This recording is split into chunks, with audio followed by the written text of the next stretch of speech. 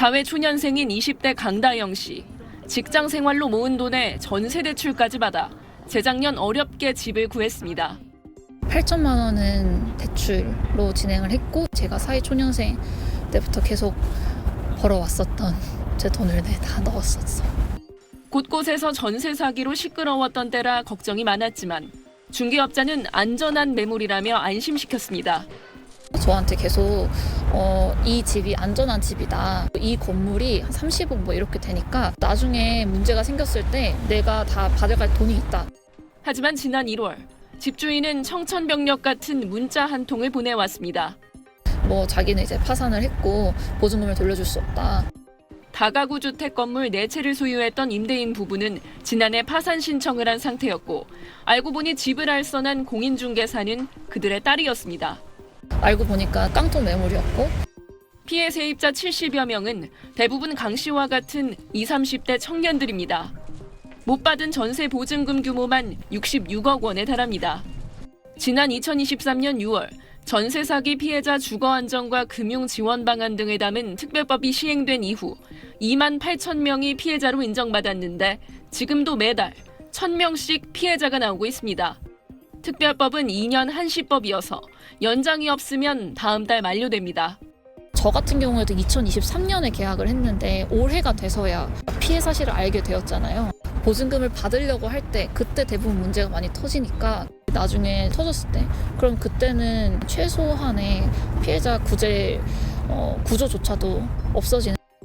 저는 지금 결혼을 해야 되는 상황에서 나가지도 못하고 돈도 받지 못하고 특별법이 없어지게 된다면 저는 그때 진짜 힘들 것 같긴 하거든요. 국회엔 특별법 기한을 연장하는 개정안이 10건 넘게 계류돼 있는데 탄핵 정국이 빠르게 대선 국면으로 전환되며 관심 밖으로 밀려나 있습니다. SBS 하정은입니다. 2022년 나라를 떠들썩하게 했던 빌라왕 전세 사기 사건 이후에 전세 사기가 여전히 끊이질 않고 있습니다. 그래서 올해도 정부가 이 전세 보증금을 상습적으로 돌려주지 않는 악성 임대인들 명단을 공개했다고요? 네, 여기서 악성 임대인 기준이 뭐냐 좀 궁금하실 텐데요. 네. 세입자의 이 전세 보증금을 3년 동안 2번 이상 돌려주지 않고 제때 돌려주지 않고 네. 액수가 2억 원 이상 임대인을 말합니다. 공개 만 1년 만에 1,177명으로 불어났는데요. 상당하군요. 네, 개인 1,128명, 법인 49개 포함입니다. 이들이 떼어먹은 전세금은 모두 1조 9천억 원입니다. 네. 이 명단은 말씀하신 것처럼 빌라왕 전세 사기로 서민들이 큰 고통을 겪었었죠. 이 국토교통부와 주택도시보증공사 허그가 전세 사기 예방을 위해 그 다음 해인 2023년 12월 27일부터 보증금을 제때 반환하지 않은 임대인을 처음으로 공개한 겁니다. 첫 공개 때는 17명밖에 되지 않았는데요. 작년 6월에 126명으로 늘었고 이번에 1,177명으로 대폭 늘어났습니다. 국토부에서 첫 공개 때 당시에는 작년 연말까지 450명 정도 될 거다 이렇게 예상했는데 그것보다 2배 이상 많아진 거라고 하더라고요. 절대 남의 눈에 피눈물 나게 하는 짓 해서는 안 되겠습니다. 악성 임대인 명단이라고 해서 이름만 공개하는 것이 아닙니다. 나이와 주소, 임차 보증금 반환 채무 불이행 기간까지 모두 공개하고 있습니다. 네, 전세 보증금 마련을 위해서 빚을 내는 경우도 있잖아요. 네. 피 같은 돈을 떼먹는 사람들은 도대체 누군지 궁금한데 네. 악성 임대인들의 공통점 같은 게 좀 짚이나요? 네, 일단 악성 임대인 명단에 공개된 목록들을 좀 살펴보면 특징이 나올 것 같아요. 우선 나이가 있겠죠? 네, 이 연령대는 50대가 23.2%로 가장 많았고요. 네. 30대, 40대가 21.8%, 18.9%로 2, 3위를 차지했습니다. 그 다음으로는 60대, 20대, 70대 순이었습니다. 최고령자부터 먼저 살펴보면요. 경기 파주시에 거주하는 85세 A씨는 3억 6천만 원을 돌려주지 않았습니다. 또 어리다고 방심하면 안 되겠습니다. 최연소 악성 임대인 19세도 있습니다. 서울 강서구에 사는 B씨로 보증금 5억 7천만 원을 1년 가까이 돌려주지 않다가 결국 명단 공개가 결정됐습니다. 그리고 아까 연령대를 좀 모아보면요. 3분의 1에 육박하는 32%가 2030 세대로 임대인으로 나타났습니다. 2019년 이후 영끌 투자 열풍이 일었죠. 2030 세대의 주택 거래가 늘어나면서 보증금을 돌려주지 않는 사고도 늘어난 것으로 분석됩니다. 규모가 가장 큰 임대인은 울산 남구에 사는 51세 임대인인데 반환 채무가 862억 원이나 됐습니다. 혼자서 862억 원이나 떼먹었단 말인 거죠. 그리고 한 사람당 채무액이 300억 원을 넘는 악성 임대인도 10명이나 됐습니다. 지역별로 보면 악성 임대인들의 거주지는 최근 수년간 전세 사기 사건이 벌어진 지역에 몰려 있었는데요. 경기 부천시를 주소지로 둔 이 악성 임대인이 66명으로 가장 많았습니다. 서울 강서구 53명, 인천 미추홀구 48명, 인천 부평구는 34명이었습니다.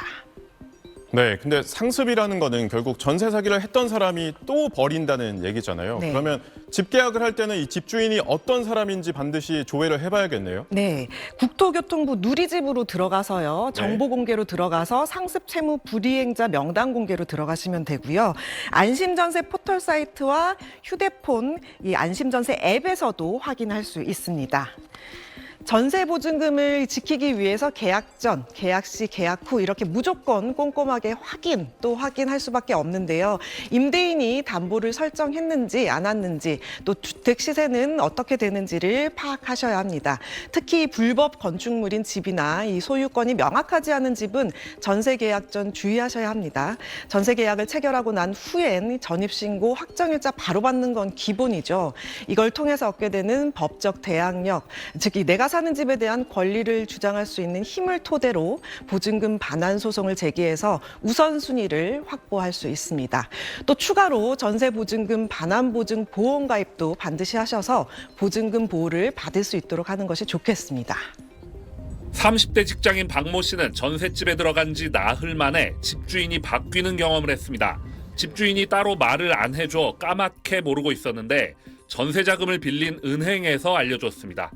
휴대폰으로 이제 갑자기 알림이 뜨더라고요. 그래서 소유권이 이전된 내역이 나오더라고요.